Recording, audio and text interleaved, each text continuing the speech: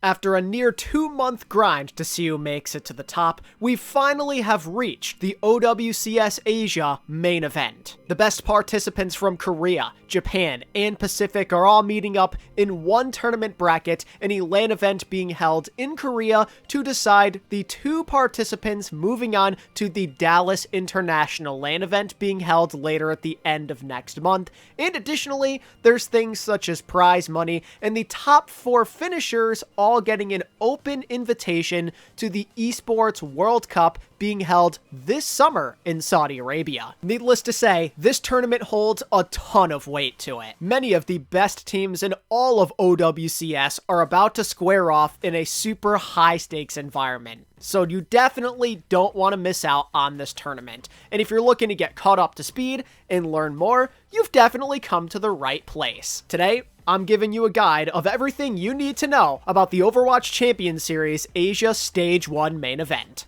Let's get started. So in terms of start date and time and where to watch, it's going to be very typical. It's going to follow a very similar schedule to what we've seen in that APAC region as of late. It all starts on April 25th and will go until April 20th. In terms of the formatting, it's an 8-team double elimination bracket. And what's interesting about Asia is their map selection system is slightly different compared to what we see in the other regions, as basically after Control, you can pick whatever map you want if you're the loser, so it adds a bit of a unique strategy to it. Really fun to watch, super interesting.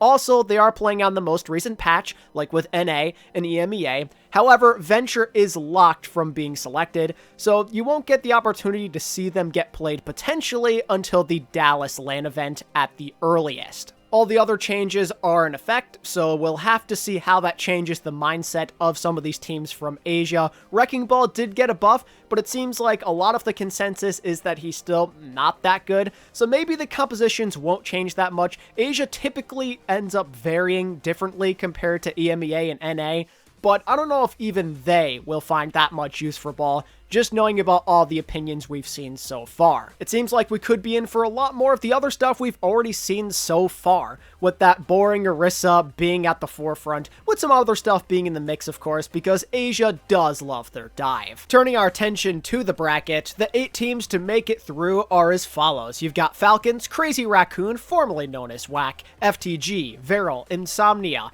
Honeypot, DAF, and Yeti. To catch you up to speed on the journeys these teams took to get here, Falcons, Crazy Raccoon, FTG, and Yeti all made it out of Korea, and Falcons and Crazy Raccoon were mostly the ones that were in control of all the headlines. They have naturally been the top 2 teams overall from Asia so far, with them mostly only losing to each other, with the one exception being Crazy Raccoon losing a game to Yeti in a seeding decider match that really didn't mean much in the end anyway. These 2 squads have had their fair share of struggles, and there's been moments where we really didn't know who was the best. For a while, it seemed like Crazy Raccoon were most definitely the best team in Korea, but recently Falcons overtook them in that tournament match in Korea to decide who goes on to this event, and Falcons ended up taking home first place in that finals matchup. It's the vets with a boatload of potential, proper plus help, proper Stalker, Smurf, Hanbin, Chio, Fielder, Surma, Jed, just a stacked roster from top to bottom.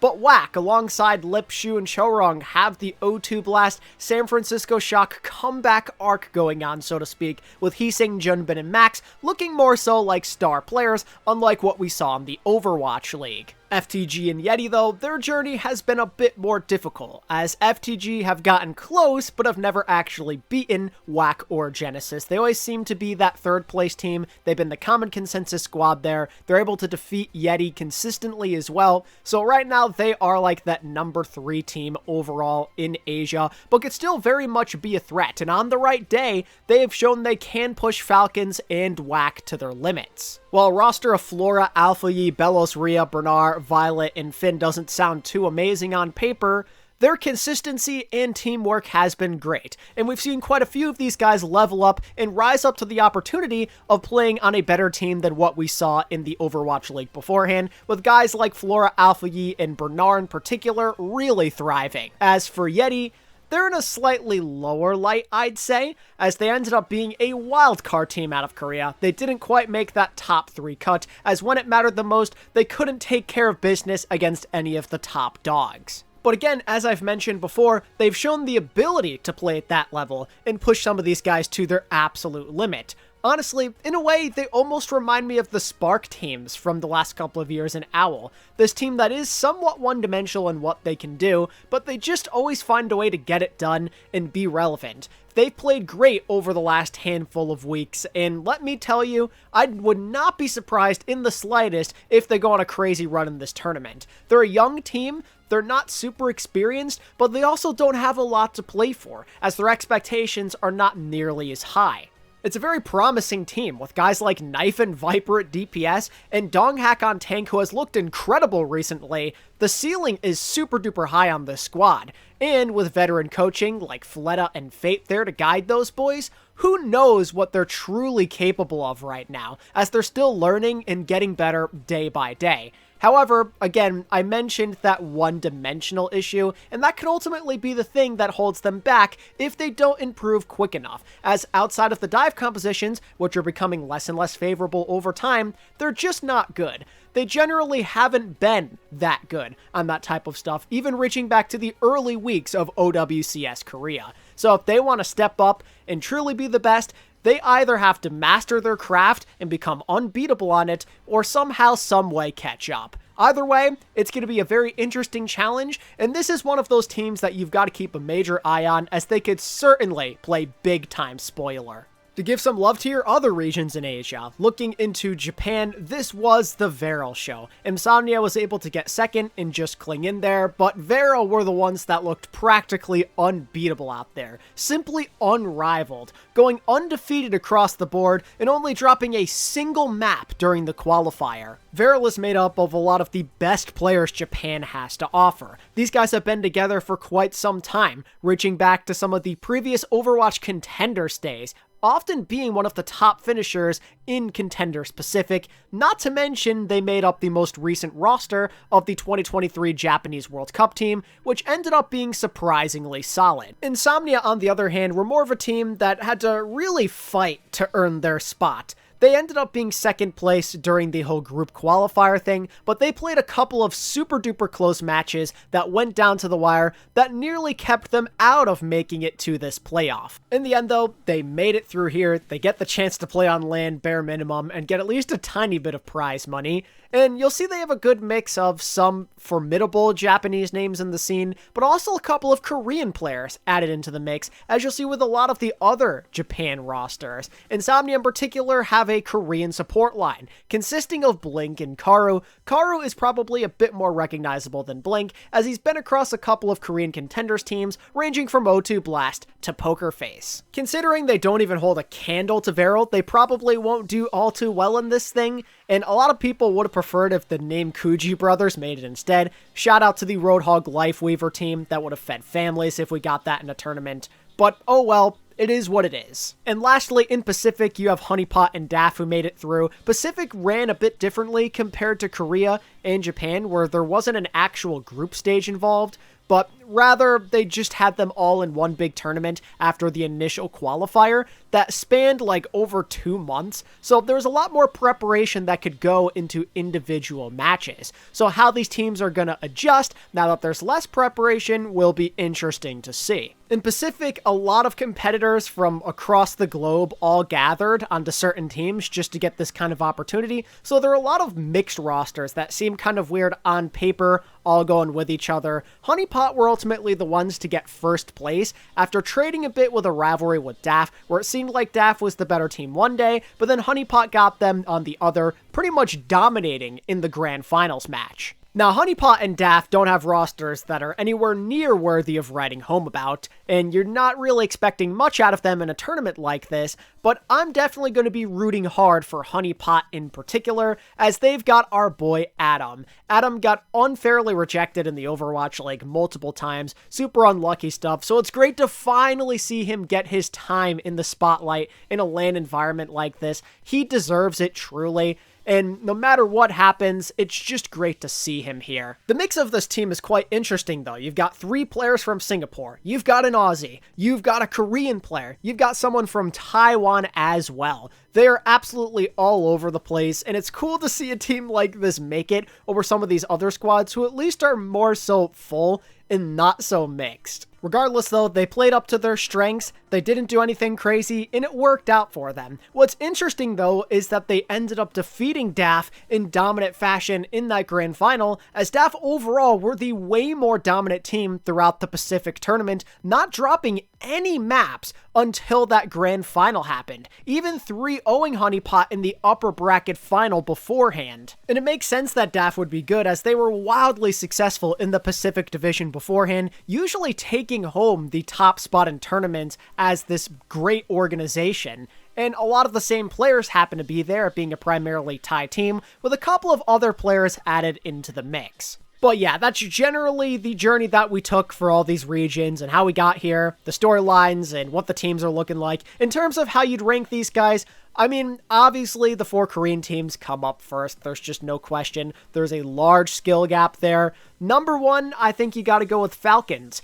After them defeating Crazy Raccoon the way they did, it was a statement victory. They're back on top, and I think it'll do their confidence some good, knowing that they finally got past those guys. But not far behind is gonna be Crazy Raccoon at number 2. Honestly, on any given day, they could be the number 1. In my opinion, nerves and inexperience maybe got to them a bit in that matchup in the finals to decide who was the number 1 seed. And in a rematch, knowing about their mistakes, things could go quite differently. This still is a very stacked squad between young guys trying to prove themselves and some of the best veterans out there with Shu, Lip, and Chorong. Not to be too boring, but 3, I think you've got to go FTG over Yeti, just knowing how they played against each other in the past, and also knowing that FTG are more consistent, and they're a lot better in this meta. I think they're actually very solid in that Orisa grouped up type of setting. I like the look there a lot for them, and I think they definitely could elevate themselves into that top 2 if things really go their way. And then, yeah, 4 definitely got to be Yeti. They are a very interesting team, as I don't know how far they can go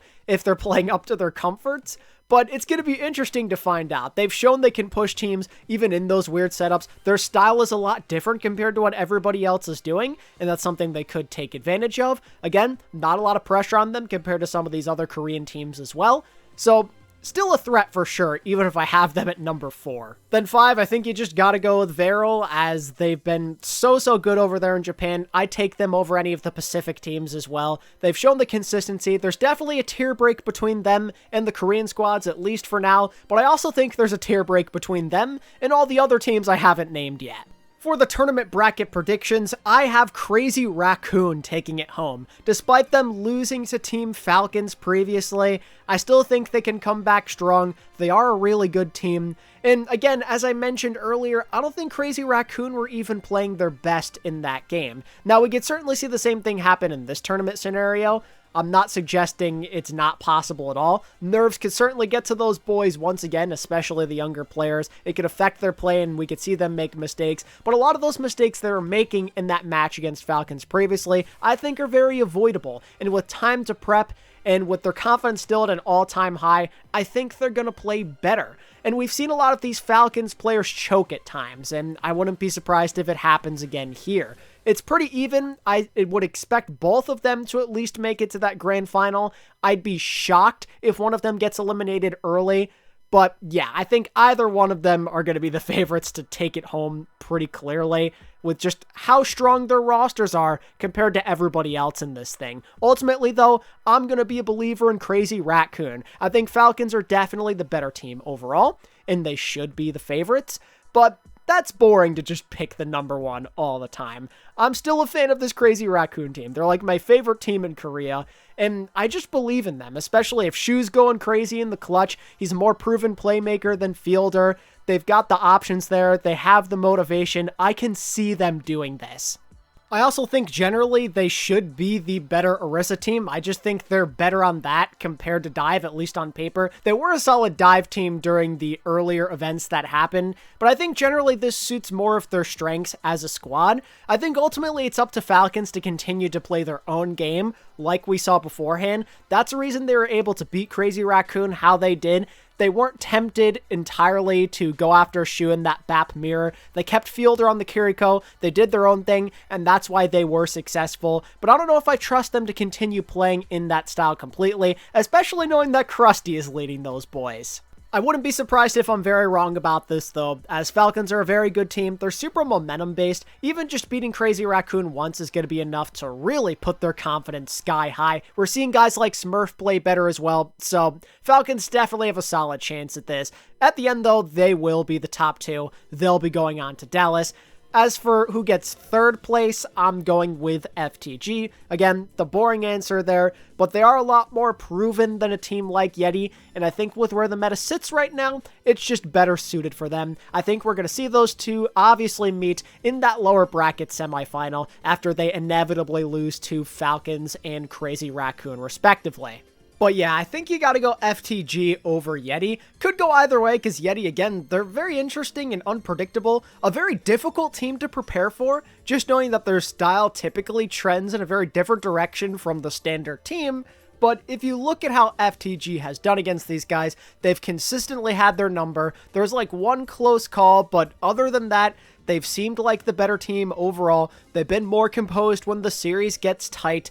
And because they're just the way more solid Orisa team that are better at the strongest meta right now, I don't see why they wouldn't take it home. I need to see monumental improvement from Yeti or FTG getting completely thrown off guard for the result to be different. However, as a small consolation prize in this all, Yeti at the very least should get the top 4, which means they will qualify for the Esports World Cup being held this summer. Well, they'll have an opportunity to get more of a big-time prize earning if they can do well. They can at least focus on that instead if OWCS doesn't work out for them, so not a total loss. Getting into that top 4 is still very important, and it's a victory in itself. That's basically how I see the Asia tournament going, though. I wouldn't be surprised if just about anything happened when it comes to those top 4 Korean teams. I'm super pumped to see them go at it once again, especially when the stakes are this high, and I'd love to know your thoughts on who you're rooting for and who you think wins down in the comments below.